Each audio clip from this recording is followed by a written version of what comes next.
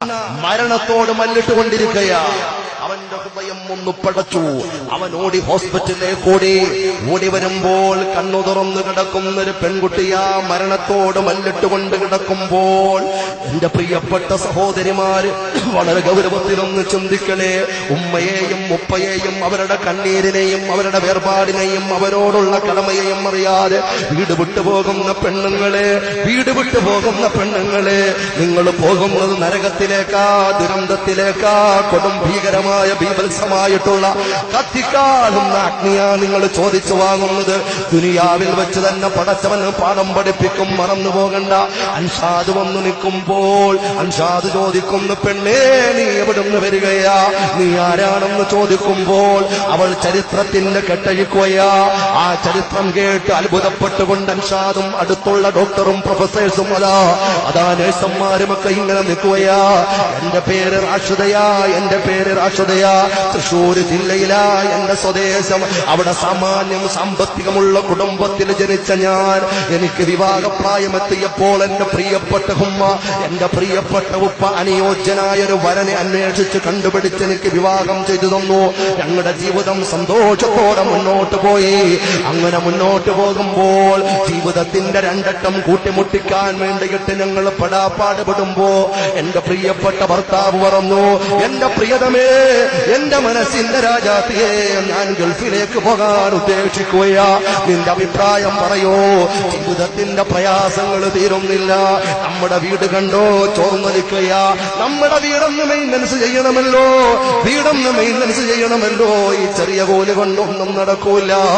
ജീവിതത്തിന്റെ നിത്യവൃത്തിക്ക് തന്നെ നമുക്ക് കിട്ടുന്നില്ല എന്ന് പറയുമ്പോ ജീവിതത്തിന്റെ പ്രയാസങ്ങൾ കണ്ണീരായി കടിച്ചിറക്കി മുന്നോട്ട് പോകുന്ന ആ ദമ്പതികളിൽ അതേ അവള് പറയുകയാ, റാഷിദ പറയുകയാ, അതിനെന്താ പോയി വരൂ, നമ്മുടെ ജീവിതത്തിനല്ലേ, സന്തോഷത്തിനല്ലേ.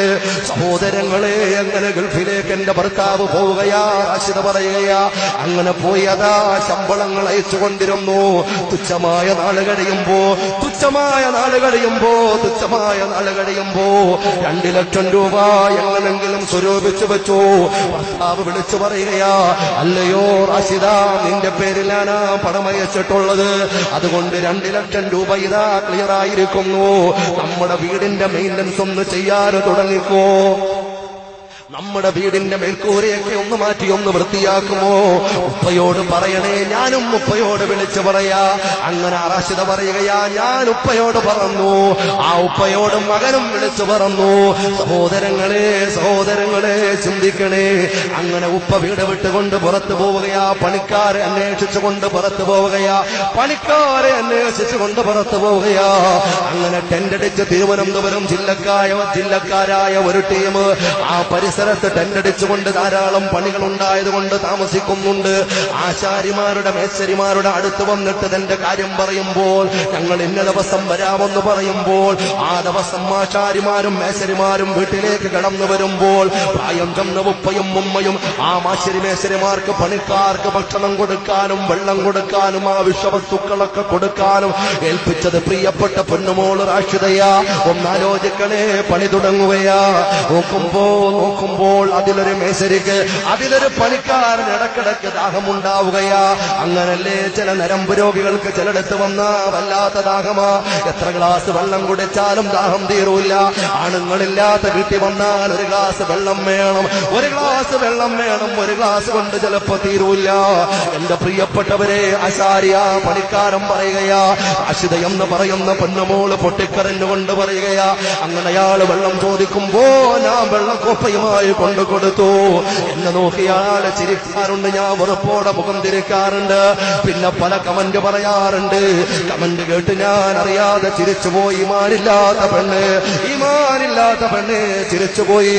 എന്റെ മുമ്പിലുള്ള ചെറുപ്പക്കാരാ, എന്റെ മുമ്പിലുള്ള പ്രിയപ്പെട്ട ഉപ്പമാരെ ഉമ്മമാരെ, നാണം കെട്ട ചെറുപ്പക്കാരാ, നിന്റെ വീട്ടിൽ നിന്റെ ഭാര്യയും പ്രായമുള്ള ഉപ്പയും ഉമ്മയും അശ്രദ്ധരായ ഉപ്പയും ഉമ്മയും ഉള്ളപ്പോൾ കാര്യങ്ങൾ വേണ്ടതുപോലെ വീക്ഷിക്കാനുള്ള പാഠം പാടവമില്ലാത്ത ഉപ്പയും ഉമ്മയും ഉള്ളപ്പോൾ, അല്ലെങ്കിൽ നിന്റെ ഭാര്യ ഒറ്റക്കുള്ളപ്പോൾ, അല്ലെങ്കിൽ നിന്റെ സഹോദരി ഒറ്റക്കുള്ളപ്പോ, പണിക്കാരെ പറഞ്ഞ് വീട്ടിലേക്ക് വിടുന്ന ചെറുപ്പക്കാരാ, ഓട്ടോറിക്ഷ പറഞ്ഞു വിടുന്ന ചെറുപ്പക്കാരാ, ടാക്സി പറഞ്ഞു വിടുന്ന ചെറുപ്പക്കാരാ, പ്ലംബിങ്ങുകാരെയും വയറിങ്ങുകാരെയും പറഞ്ഞു വിടുന്ന ചെറുപ്പക്കാരാ, എനിക്ക് പണിക്കാരോട് വെറുപ്പുണ്ടായത് കൊണ്ടല്ല, ആരും തെറ്റിദ്ധരിച്ചു പോകരുതേ. നിത്യവൃത്തിക്ക് വേണ്ടിയിട്ട് ആത്മാർത്ഥമായി ജോലി ചെയ്യുന്ന ഒരുപാട് ആളുകൾ എന്റെ മുമ്പിൽ ഇരിക്കുന്നുണ്ട്. അല്ലാഹുവേ, അവർക്ക് നീ ഖൈറും ബറക്കത്തും ചെയ്യണേ റബ്ബേ.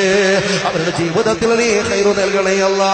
പക്ഷേ ചില നരമ്പ് രോഗികൾ സുബ്ഹാനല്ലാഹ് നിന്റെ ഉറ്റ സുഹൃത്തായിരിക്കും, 100% നിനക്ക് ഉറപ്പുണ്ടായിരിക്കും. പക്ഷെ അവര് കടന്നു ചെല്ലുമ്പോ പിന്നെ പല ദുരന്തവും കേട്ടിട്ട് നീ പൊട്ടിക്കറന്നുകൊണ്ടായില്ല. ആലോചിക്കണേ. ആശാരി പല കമന്റും പറയുകയാ, ഈ പണിക്കാരന്റെ വലയിൽ ആശിത വീണു പോവുകയാ. അവരൊറ്റപ്പെട്ട സമയങ്ങളിൽ പലതും സംസാരിക്കുകയാ. കൈമാറി പിന്നെ അതാ പാതിരാവിലെ ഒരു ഫോൺ വിളിക്കയാ. ദിവസങ്ങൾ മുമ്പോട്ട് കടന്നു പോകുമ്പോ എന്റെ പ്രിയപ്പെട്ട ചെറുപ്പക്കാരാ, എന്റെ ശബ്ദം ശ്രവിക്കുന്ന പ്രിയപ്പെട്ട പെങ്ങള്, ഇയാള് പറയുകയാ, നമുക്ക് സ്വാതന്ത്ര്യത്തിന്റെ സന്തോഷത്തിന്റെ ആനന്ദാധിക്യത്തിന്റെ ഒരു ലോകത്തേക്ക് നമുക്ക് പോവുകയല്ലേ.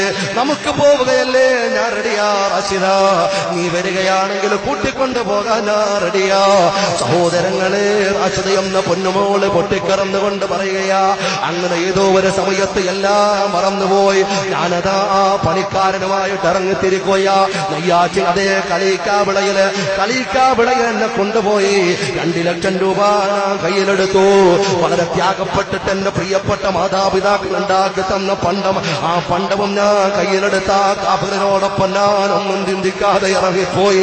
ആ പെണ്ണ ബെട്ടില് മരണവേളയിൽ എയ്ഡ്സ് രോഗിയായിട്ട് പൊട്ടിക്കറന്നുകൊണ്ട് പറയുകയാ. ഈ സംഭവം അത്ഭുതത്തോടെ ശ്വാസമടക്കി പിടിച്ചു പരിസരവാസികൾ കേൾക്കുകയാ. അവള് സംഭവം തുടങ്ങുകയാ. അങ്ങനെ ഞാനതാ എല്ലാ കാമുകനുമായിട്ട് പോയപ്പോൾ അവിടെ ഒരു വീട് വാടകയ്ക്കെടുത്ത് എന്റെ പൈസ എടുത്തുകൊണ്ടൊരു തടിക്കച്ചവടമൊക്കെ തുടങ്ങിയ പണിക്കാരൻ ഇങ്ങനെ മുമ്പോട്ട് പോകുമ്പോ പിന്നെ നോക്കുമ്പോ പാതിരാവിലേക്ക് എന്റെ വീട്ടിലേക്ക് കടന്നു വരുന്നത് പട്ടച്ചാരായം അടിച്ച് 4 കാലിൽ കറങ്ങി വരുന്ന കാമുകനെയാ കാണുന്നത്. ഇനി പറഞ്ഞിട്ട് കാര്യമുണ്ടോ? എല്ലാം സ്നേഹത്തിന്റെ പ്രണയത്തിന്റെ നരകത്തിലെ വിലക്ക് വാങ്ങിയ പ്രണയത്തിന്റെ പേര് അവള് സഹിക്കുകയാ. അവസാനം നോക്കുമ്പോ വിചാരത്തിലൊരു കുട്ടിയും ഉണ്ടായി. അങ്ങനെ മുന്നോട്ട് പോകുമ്പോ കുറച്ചു നാൾ കിടന്നപ്പോ അവന്റെ കൂട്ടുകാരെയും കൂട്ടി വരികയാ. മദ്യലഹരിയില കൂട്ടുകാർക്ക് ചൂണ്ടിക്കാണിച്ചു കൊടുക്കുകയാ. ഇതാ മുതലെന്ന് പറയുകയാ, ഇതാ ചരക്കെന്ന് പറയുകയാ. അവരതാ കാമാവേശത്തോടെ എന്നിലേക്ക് കടന്നു വന്നു. സഹോദരാ, എന്നിലേക്ക് കടന്നു വന്നു. എന്നെ പിച്ച് ചിന്തി. ഞാനെപ്പോഴാ തിരിഞ്ഞു നോക്കുന്നത്? ഞാനെപ്പോഴാ ബോധമുണ്ടാകുന്നതിനെ ചിന്തിച്ചിട്ട് കാര്യമുണ്ടോ? ഞാൻ ആ വീട് വിട്ട് ആ കൈക്കുഞ്ഞിനെയും എടുത്തുകൊണ്ട് അതാ ഓടുകയാ. കുഞ്ഞിനെയും എടുത്തുകൊണ്ട് ഓടി തിരുവനന്തപുരം തമ്പാനൂർ ബസ് സ്റ്റാൻഡിന്റെ സമീപത്ത് ഞാൻ വന്നു. അവിടെ വന്ന് ഞാൻ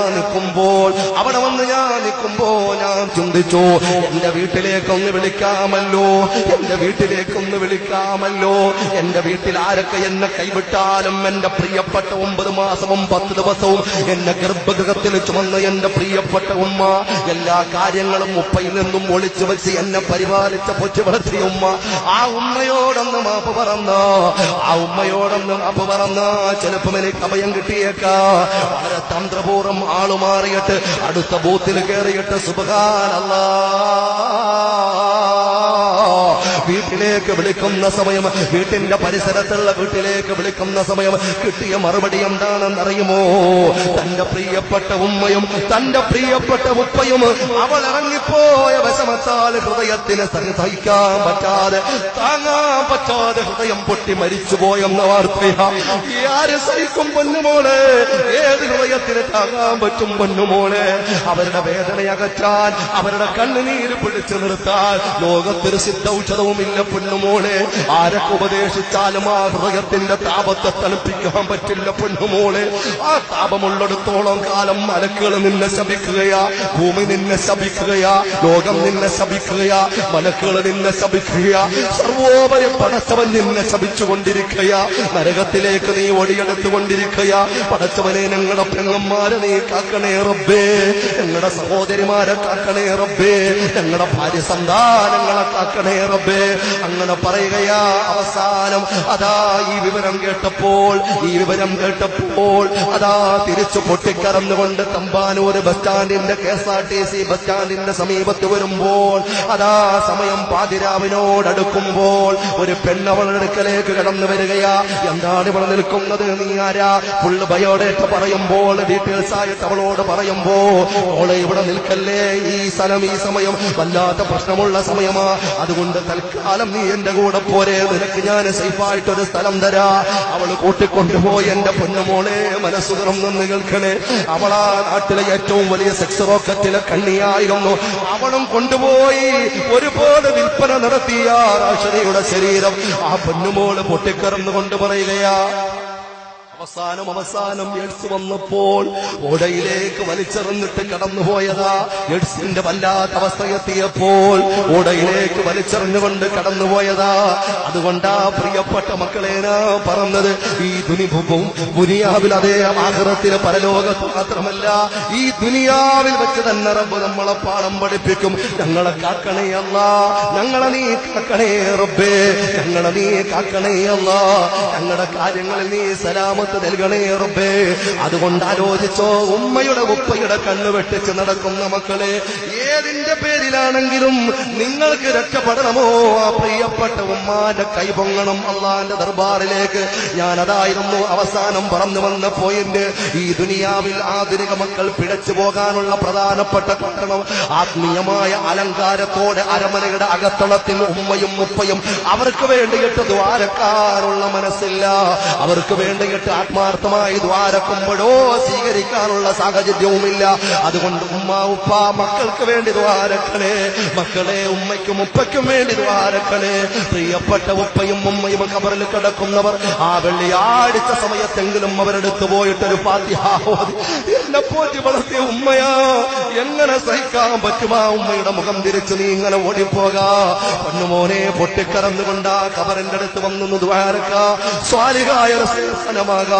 തമ്പുരാനെ മുഴുവൻ ആളുകളെയും നീ അനുഗ്രഹിക്കണേ അല്ലാ.